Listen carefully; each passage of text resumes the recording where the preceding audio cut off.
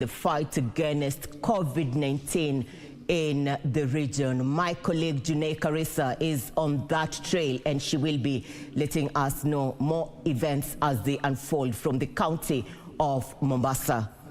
Activist Okiya Omtata has vowed to move to Supreme Court to challenge the government if it fails to implement court order that sacks Chief Administrative Secretary. Speaking in Teso South constituency, Omtata, who challenged the constitutionality of the appointment of the CASs, blamed the Public Service Commission for misleading the president during the appointment of the administrators. Rais alikuwa ameanza hiyo kazi vizuri, aliandikia Public Service Commission vile nitakana kwenye sheria, lakini jambo la kushangaza, Rais mwe Public Service Commission ndio haikuwajibika ikatekeleza kazi yake vile inavyotakana kisheria, na kwa hivyo ikampatia Rais recommendation ambayo haina msimamo kisheria, na Rais akaitimiza, na hiyo sasa ikawa anafanya kazi bure. Na jambo la pili ni kwamba yeye pia amekosea kujaza hizo ofisi bila kupitia mikakati ambayo imewekwa kwenye sheria kujaza ofisi za serikali. So kuna huyu makosa hapa na pale, lakini kitu muhimu ni irekebishwe. Ujue kwa serikali haiishi kama katiba. Serikali miaka 5 unakuwa na serikali nyingine, so wenye watapuuza haya makosa, hii uamuzi wa mahakama tutakabiliana nao wakitoka mamlakani.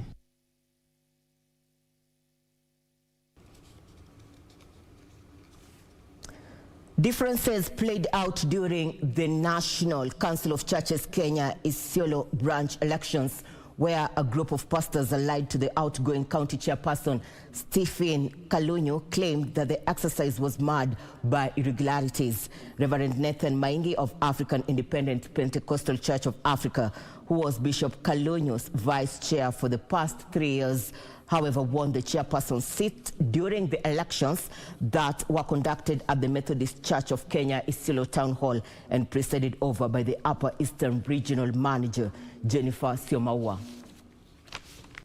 The election process, however, did not augur well with pastors from the National Independent Church of Africa, NICA, who alleged that a plan had been hatched to disrespect their bishop, Stephen Kalunyu, and block him from retaining the county chairperson's position. Led by Pastor Pauline Chebet of NICA, Isiolo Town Church, the pastors accused the NCCK Upper Eastern Regional Manager, Jennifer Siomaua, who presided over the elections, of being biased, arguing that she turned down proposals to have Bishop Kalunyu vie for the position of chairperson and let the members vote. Uchaguzi ambao umefanyika njia si halali, tumehuzunika sana kwa sababu ya uongozi ambao umesimamiwa na regional manager wa hizo muungano wa makanisa yote. Amechagua uchaguzi umeenda na njia mapendeleo ambayo hajafurahisha sisi. The posts that were contested included that of the chairperson, vice chairperson, as well as representatives for youth, women and people with disabilities.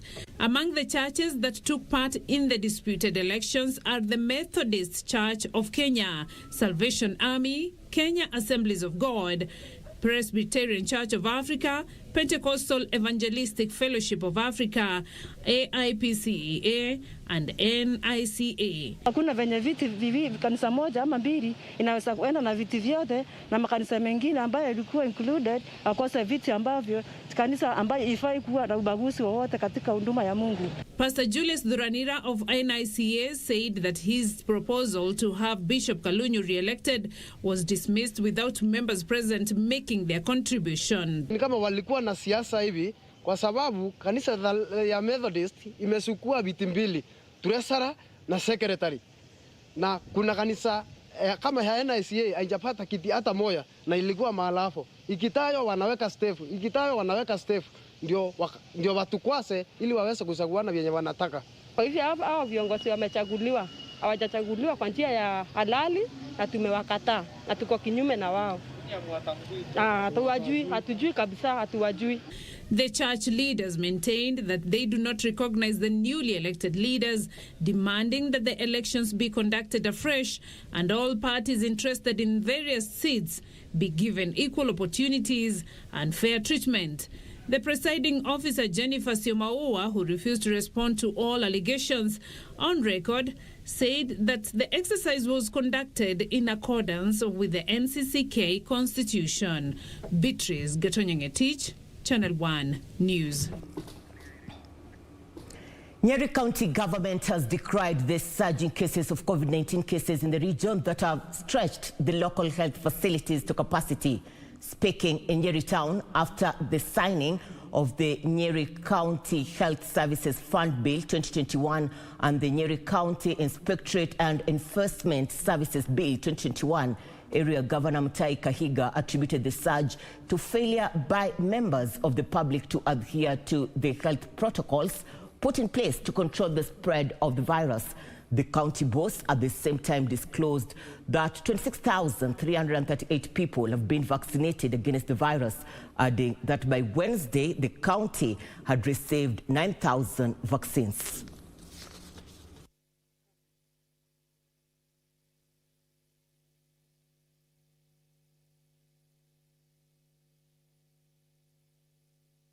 We have continued to see surging numbers.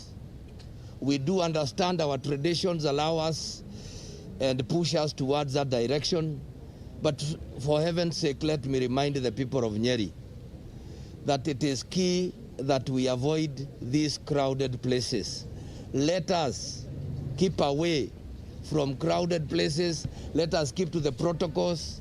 Tuachilie mazishi yafanywe na watu 50. Our various isolation units are clogged, packed, full. The numbers are still spelling doom for us because as we speak, as of last night, we had 1,759 tested and proven cases, out of which 1,064 were male, and we do not understand why the males are more. Women are only 695.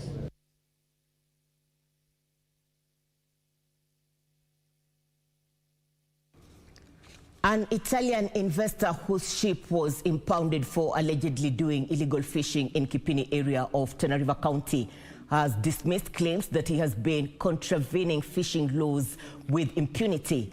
Last week, 2 dolphins and a turtle were found dead along the shores of the Indian Ocean in what is believed to be as a result of the banned trawler fishing in the area.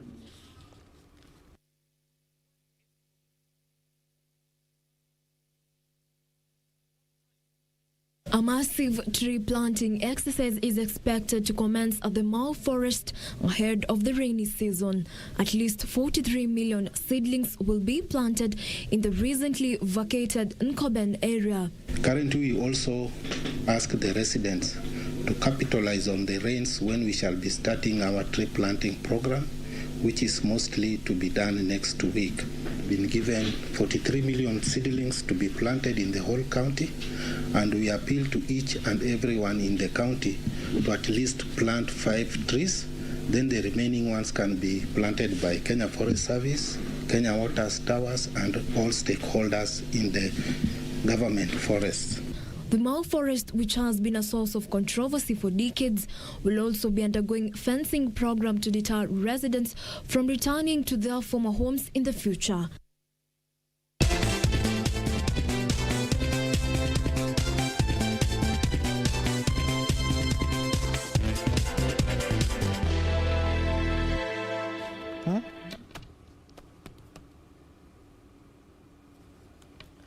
You're watching Channel 1 Lunchtime News and continue interacting with us on our social media platforms at KBC Channel 1.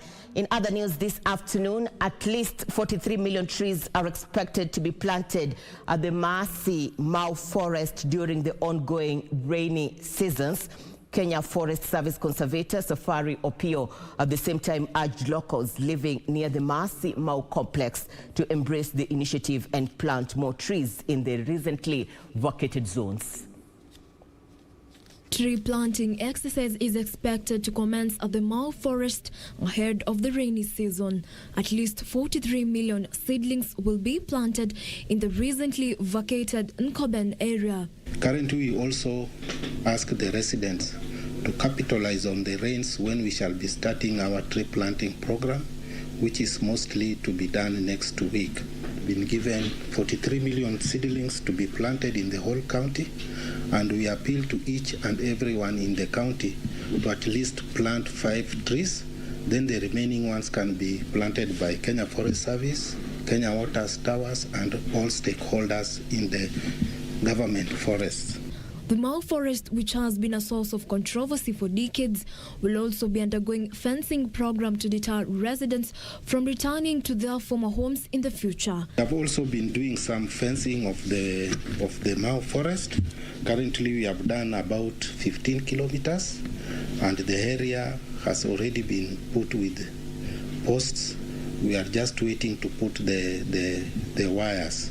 Opio also warned against further destruction of crucial forests, saying the country will be at risk of losing rivers that originate from the Mau Forest. The Masai Mau Forest is one of the 22 forest blocks forming the Mau Forest complex, which has been extensively impacted by illegal settlements. We also appeal to the Wananchi, mostly towards the destruction of forest, to give us a report concerning the culprits who have been destroying the forest as we struggle to plant.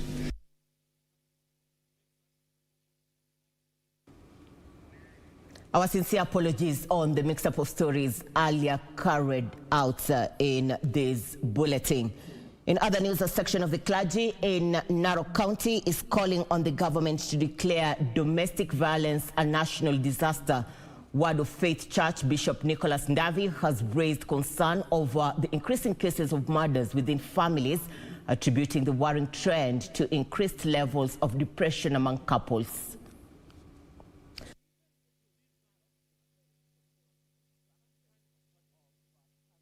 Across the country, even as he challenged leaders to come up with proactive strategies of addressing the menace. He also challenged parents to take responsibility of inculcating good values in children.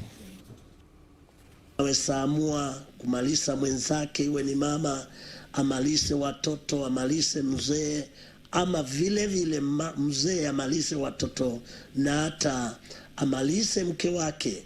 Naomba ya kwamba kuna mambo mazuri tunaweza fanya.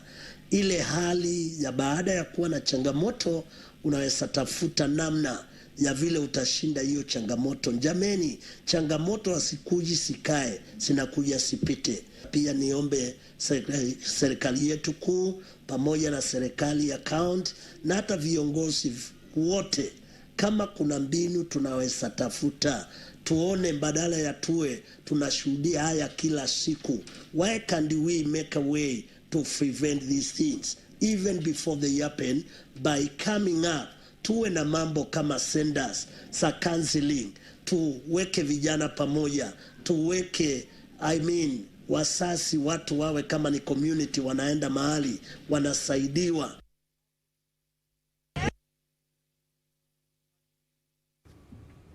Kisumu County has scaled down distribution of ARVs from stocks that would last individuals for 3 months to stocks that last just for a month as the shortage of the drugs in the country begin to be felt. Kisumu Governor Professor Peter Anyang' Nyong'o says the move is aimed at mitigating the shortage of the drugs in the county that is amongst those that bear the greatest burden of the virus in the country. Achola Simon with the details.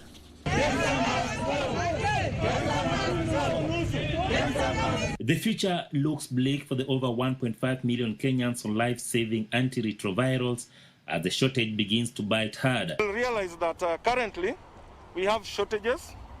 Let's say like Calitra, that is ARVs for children, is not available at all. That is the syrup.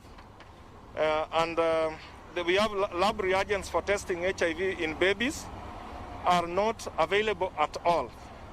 TB test kits are not available. We have resorted to dispensing 1 month supplies to our clients down from the 3 month supplies earlier on. We want to ask for understanding and support from the affected as we wait for the Ministry of Health to regularize the situation.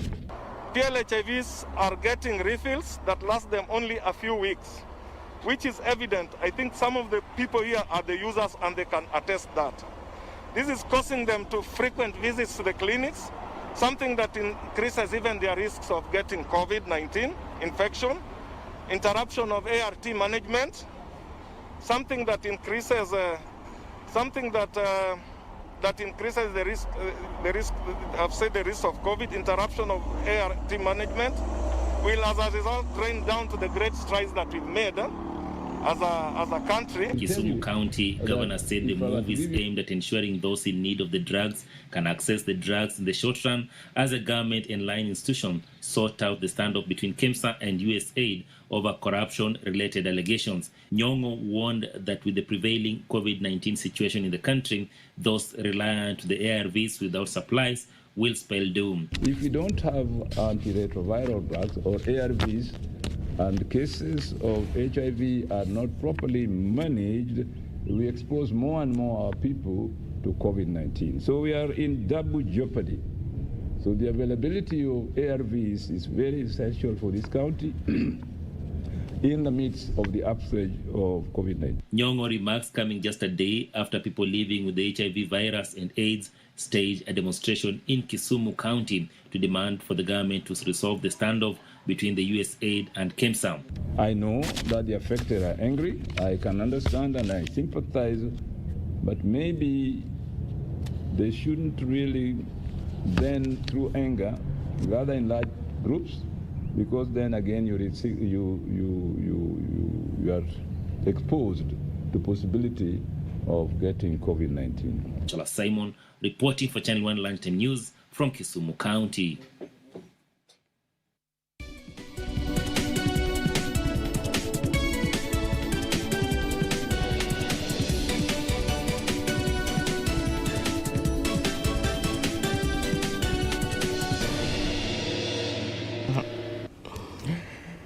Thank you for staying with us. Time for business news. Private investors have been urged to optimize on the opportunities availed by the Africa Continental Free Trade Area to increase regional trade. Speaking during the official inauguration of the rebranded Equity BCDC office block in Kinshasa, Congo, President Uhuru Kenyatta said there is need for more investments in the regional supply chain that has been adversely affected by the COVID-19 pandemic.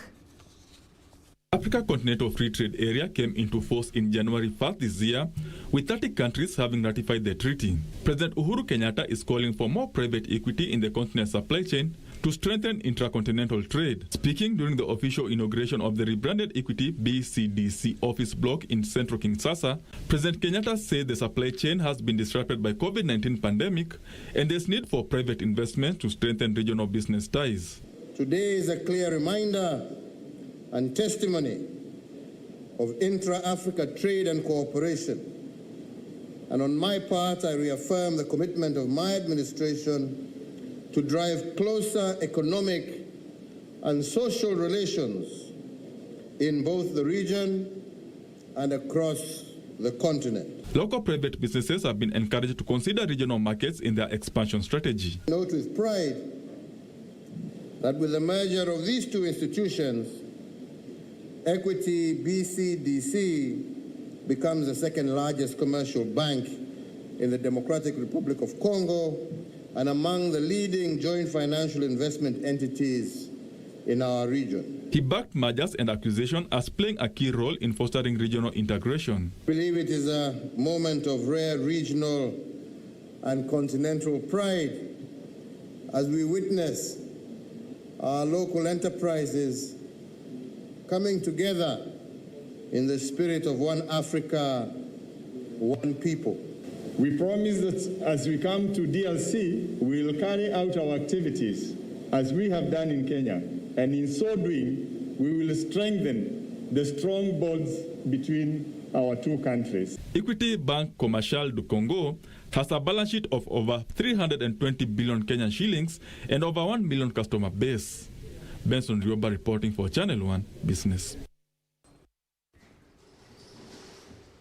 Limited accommodation facilities in local institutions of higher learning is presenting an opportunity that investors need to tap. Student Factory CEO Chris Osore says high costs in the construction supply chain has also seen rent for such facilities going up.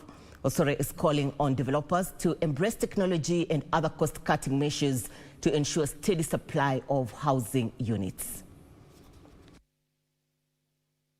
According to the Ministry of Education, available student housing in Kenya stands at 300,000 units against a university enrollment of 520,900, excluding technical colleges.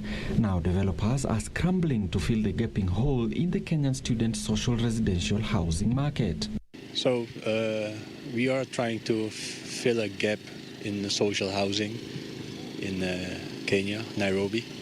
We've seen that there are not a lot of quality, or there's no quality in social housing, let's say student housing.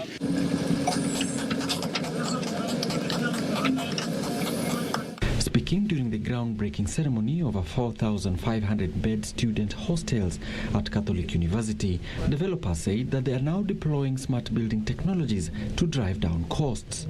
The system that we use is steel tunnel formwork, and we are using it in Europe for over 30 years. And it provides a high-quality superstructure, a concrete superstructure, and the process that it comes with it, it's very efficient, and it saves a lot of time. This current area, as some of you might know, is surrounded by about 6 or 7 academic institutions with very little accommodation. Just around here, there's probably 500 beds as we look around here, and a total of about 10,000 students.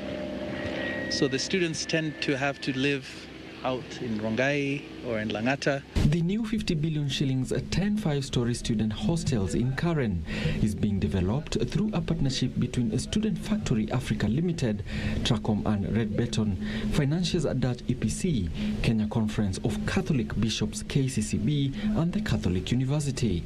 The motivation is led by the students' needs, because we have the university, but all the hostels are privately owned and managed, some by the religious sisters and some by private developers. But we were seeking for a place that is convenient, that is in terms of distance to the university. We were also seeking for a safe haven for our students, and also a conducive place for their own studies.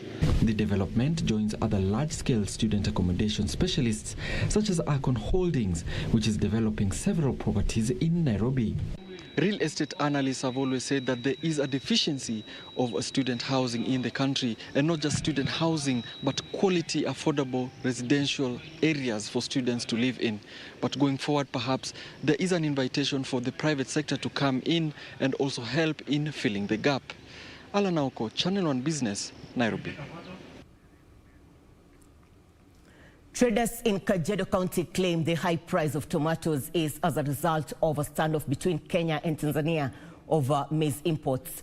Tomato traders say imposition of strict measures on maize imports from neighboring countries over high levels of aflatoxin has seen Tanzanian counterparts withholding tomatoes, which has seen the price of the produce in Kenya shoot up.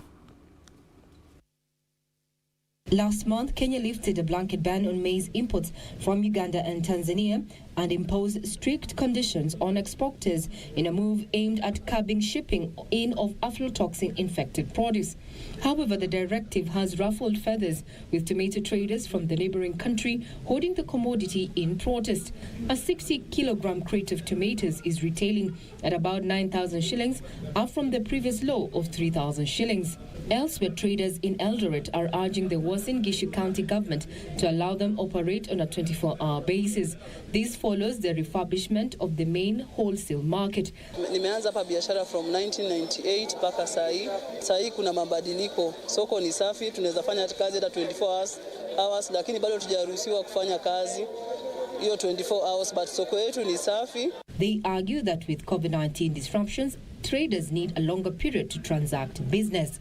Finally, listed agricultural firm Kakuzi has announced a free fruit maturity testing service for smallholder avocado farmers for the current harvest period.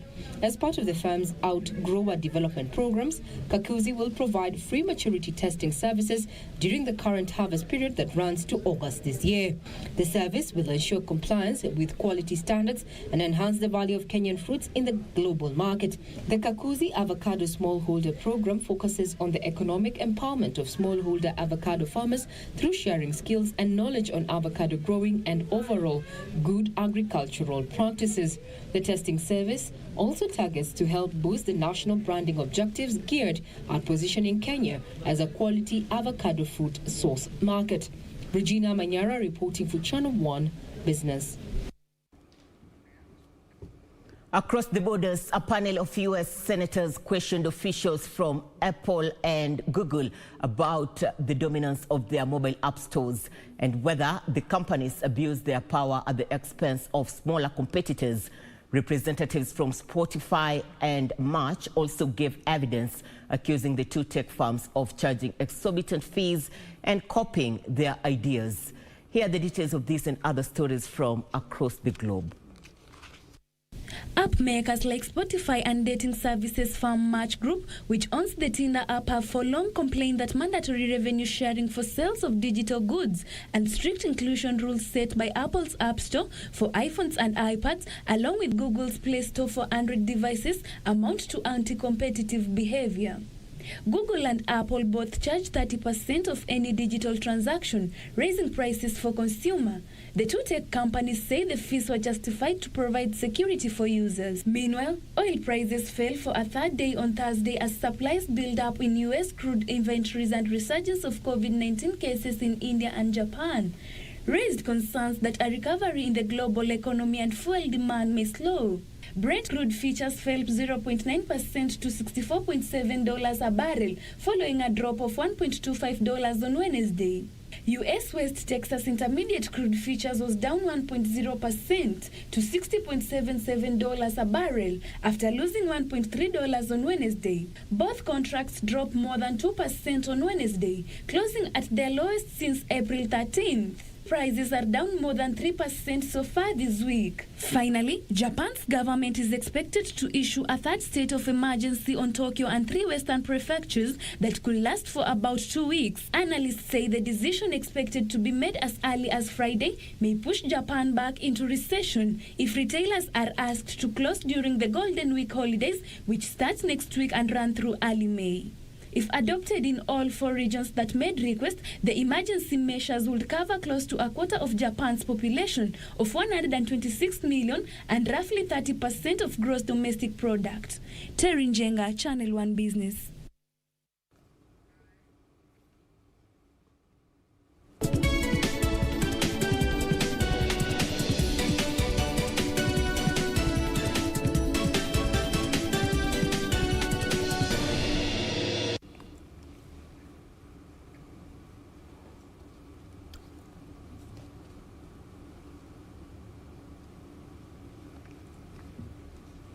A bomb explosion at a luxury hotel in the Pakistan city of Quetta has killed at least 4 people and wounded 12 others. The Chinese ambassador to Pakistan is suspected to have been the target of the attack in the car park of the Serena Hotel, according to sources. The Taliban have claimed responsibility of the attack.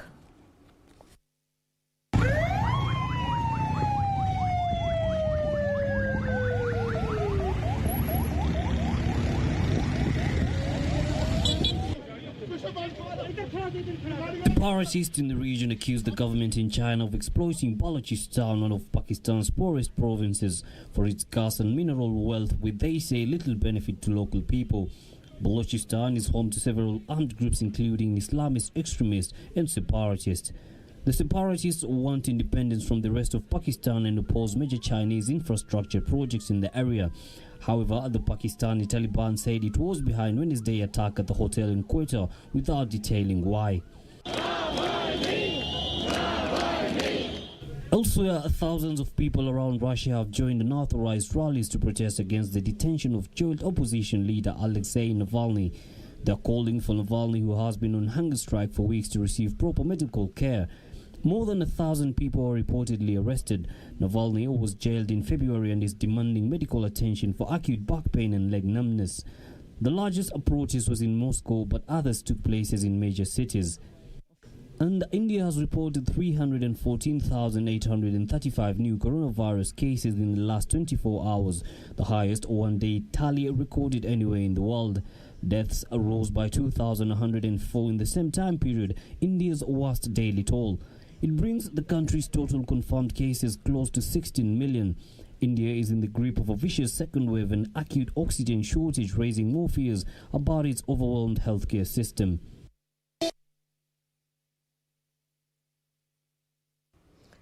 Back to the local scene, an Italian investor whose ship was impounded for allegedly doing illegal fishing in Kipini area of Tana River County has dismissed the claims that he has been contravening fishing laws with impunity. Last week, 2 dolphins and a turtle were found dead along the shores of the Indian Ocean in what is believed to be as a result of the banned trawler fishing in the area. Buster Alessandro, the owner of Itika Limited, whose ship MV Roberto was nabbed fishing in Kipini waters of the Indian Ocean, said his trawler was doing fishing legally as per the license which was issued by the Fisheries Department. Speaking in Malindi, Sandro said he owns 2 ships that do trawling activities in the Indian Ocean, 3 of which were licensed to do fishing from 3.2 miles, saying that the forces behind the arrest of his vessel crew members were people out to seek attention and funding from international wildlife organizations. Ile sisi iko license kwa fishery, meli iko na 3.2 mile. Navua na nyavu sawasawa, nafanya inspection na kila kitu. We are all follow the regulation, fishery regulation. Kesi karibu namaliza, hakuna evidence. Evidence yote fake. Abdul Hamza, one of the fish dealers in Malindi, said that trawlers that ships fish from 3.2 miles are recommended and do not have any negative impact, dismissing claims that ships were destroying turtles that lives in corals. Serikali, mimi naomba serikali ikae chini, ichunguze, iangalie hii swala, tatizo liko wapi. Hiyo sioni ubaya wote wa meli kuvua hapa, na kila mtu anafaidika. Kwa kila mtu, sio kwamba anafaidika kwa peke yangu. Ni community, watu wote hapa Malindi wanafaidika. Maji ya kawaida kuanzia meli 3, 3.5, 4 mpaka 5 mpaka 7 ndio wanapovua. Hawezi shuka chini ya zaidi meli 3. For Channel 1 News, I'm Momboy Otiende.